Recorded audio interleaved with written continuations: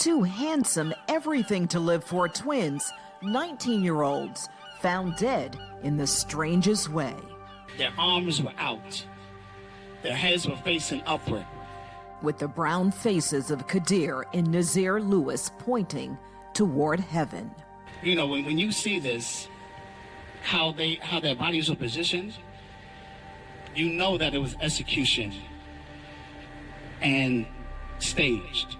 Those who know about these things say it sure looks like a good old Georgia lynching. So in the 116 years that the NAACP has responded to lynchings, we know what a lynching looks like, we know what it smells like.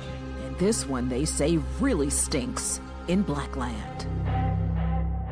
And now, as a brown person, you just feel so invisible. That's not fiction. Where we're from.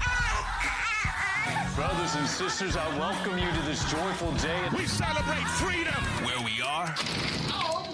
Get on the ground! I know someone heard something. And where we're going. We the people means all the people. The Black Information Network presents Blackland with your host, Vanessa Tyler. Qaadir and Naazir Lewis were inseparable, twins in the womb together, from birth to death together. The initial report from GBI, the Georgia Bureau of Investigation, murder-suicide, then double suicide, like they both committed suicide in a pact. Those who knew and loved them say, no way, never. That just didn't happen. They were found as if they were sacrificed. The twins' uncle, known as Uncle Tiger, strongly believes, despite what the GBI says, he's certain his nephews were murdered. Thank you so much, Vanessa. I appreciate you and your time and your interest, and I appreciate your audience to listen. Let's start with where they were found. Yes, so they were found at Bell Mountain in Towns County, which is located in Hiawassee, Georgia. How were they found? They were found as if they were sacrificed and heads faced up, bodies spread out, legs together, and arms out. Laying on top of the mountain, on the very top of the mountain. Both boys together formed almost a V. So let's get that picture again. They're face up, arms spread out, feet together in a formation of like a V? That's correct. The heads were straight up. Well, faces straight up. There was no slant. It was straight up. That in itself is bizarre. Very much so. Even more bizarre, where? Bell Mountain, located in Hiawassee, Georgia, up a narrow, steep road leading to the summit. Bell Mountain in Towns County is about 2 hours away from the boys' home in Gwinnett County. About 10 p.m. the night of March 7th, the 19-year-old twins, who lived with their father, stepmother, and two younger brothers, went to get gas and vanished, gone, until they were found dead on the top of the mountain by hikers the next day, Saturday morning. Now, this is 90 miles away in a place family says they've never gone, but the old heads say they know a thing or two about Hiawassee. That area is known to historically be a sundown town, and not only that, and even as of recently, there's been a whole bunch of KKK activity there. That alone is enough, they say, to demand a deeper dive. Uncle Tiger says instead the family was told 9 hours after the twins were found it was quickly ruled double suicide. We want to put pressure on getting, wherever the evidence leads, let's go ahead and prosecute. Whether or not it is law enforcement that were involved, because who else could have opened up the gates? The gates. The area where the twins were found in that sacrificial pose was normally locked, yet no broken locks, as if someone had a key. In an area known for not the tourist part, but known for extreme hikers, that people who know that mountain who always hike that mountain, who always go through those walking trails that's not on the tourist path. Hello, how are you doing? To put pressure on the GBI and Georgia Governor Brian Kemp to do something, the family is holding a news conference. I want to say thank you. That's Tyrese Lewis, the father of Naazir and Qaadir. If he sounds a little odd, he recently had a stroke, and the stress of losing two sons is not helping his recovery at all. But he's here, and beside him, the support of the community, including the NAACP. Now, let us be clear. There can be no real justice in this case. These young men cannot be brought back. However, what we can and must pursue is the truth and accountability. We must understand exactly what happened to them and how they ended up in a place they had no known reason to be there. Edward Paul, president of the Gwinnett County branch of the NAACP, says what really gets him, if the GBI is saying the case is closed to the family, meaning double suicide, that's it, then release the report. Let them see it. If it's still open, then the family wants to know what's going on. The GBI and Towns County law enforcement have demonstrated time and time again that they cannot be trusted when handling cases of mysterious death of young black men. Attorney Gerald Griggs, president of the state chapter of the NAACP, says we've been here before way too many times. So in the 116 years that the NAACP has responded to lynchings, we know when a lynching looks like, we know what it smells like, we know what a cover-up starts out like. And this case has a very familiar smell. Because if you recall the Ahmaud Arbery case, it was ruled that there was no criminality by at least two district attorneys after the police department turned it over.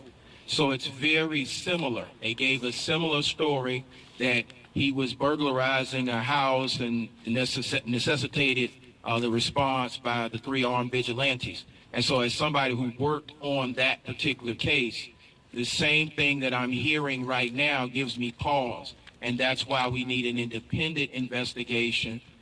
If the case is not in fact closed, then the GBI's next question should be, have you turned it over to the district attorney of that circuit? And then the family needs to meet with the district attorney of that circuit.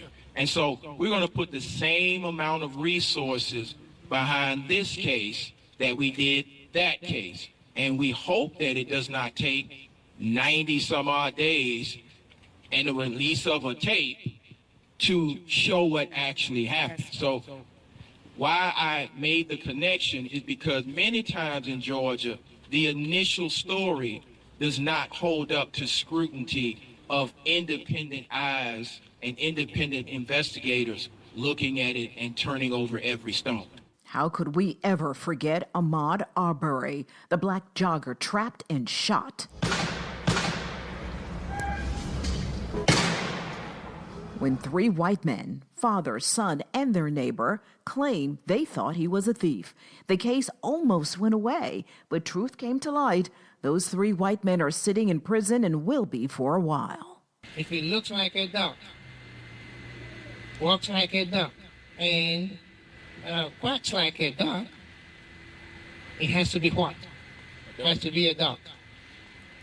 This investigation surely looks like a cover-up. Yes, I'm not talking down on law enforcement. They do a great job, and they're human beings. Sometimes some cases may not be easy to crack. But put yourselves in the shoes of this family. When I visited them, I knew they were a very strong family. But I also knew that they have been broken. Who wouldn't? To lose a child breaks you. How much more two? Also attending the news conference, Georgia State Representative Gabe Okoye. The twins lived in his district. He pleads with the GBI to take a look at it from the family's perspective, how none of it makes any sense. Come on. If you want to commit suicide, why do you have to travel 3 hours away from your house? What stops you You have your bedrooms, you have your backyard. It just makes no sense. And hey, if you're going to cover something up, make it believable. I stand in solidarity, demanding on behalf of all the grieving mothers all over this country that the GBI release the information on Qaadir and Naazir's investigation. Sister Betty Maddox Battle Muhammad founded the organization Grieve after her son was murdered 35 years ago. It's a support group for those who lost loved ones to murder. She says the family deserves complete answers. And if it is a double suicide, how come the gunshots eerily match? There were identical headshot wounds to the head. Headshot wounds, gunshot wounds to the head. Something else about this case, the crime scene photos. A volunteer firefighter is accused of taking pictures of the teens' bodies. Scott Curlin of Hiawassee, Georgia, was charged with misdemeanor obstruction. The GBI says he publicly shared the death scene photos. Scott Curlin and others took so much pleasure in the systemic white supremacist tradition, they shared Scott's murder scene photos with their children in order to desensitize them and encourage those terroristic behaviors. For its part, the GBI reports the case is still being investigated, and the Bureau has not said much else. Reportedly, GBI's findings include information about Naazir buying ammunition 3 days before their deaths, and a computer showing searches on suicide rates.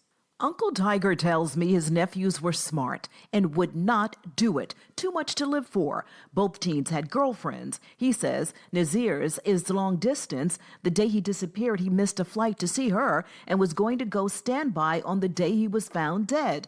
Both twins had interests in engineering, Naazir studying mechanical engineering, Qaadir aviation engineering. He wants you to remember their names. Every time we speak their names, we defy the silence that lynching demanded. The fight is sacred. Stand with us. This is not just our fight. It is a test of whether Black lives truly matter in this country. We will not rest until justice is served. Justice and answers, whichever way the truth falls. The family has a GoFundMe titled Justice for Naazir and Qaadir. It will help the family. The father is in poor health, and they want to pay for their own second opinion investigation. And we want the governor, Governor Kemp, to assign another agency to investigate this. Tiger, thank you. Stay strong as your family gets to the bottom of this tragedy. I appreciate you. I appreciate your listeners. I appreciate all those who have been in constant prayer and the constant, supporting us and supporting this family. I'm Vanessa Tyler. A new episode of Blackland drops every week.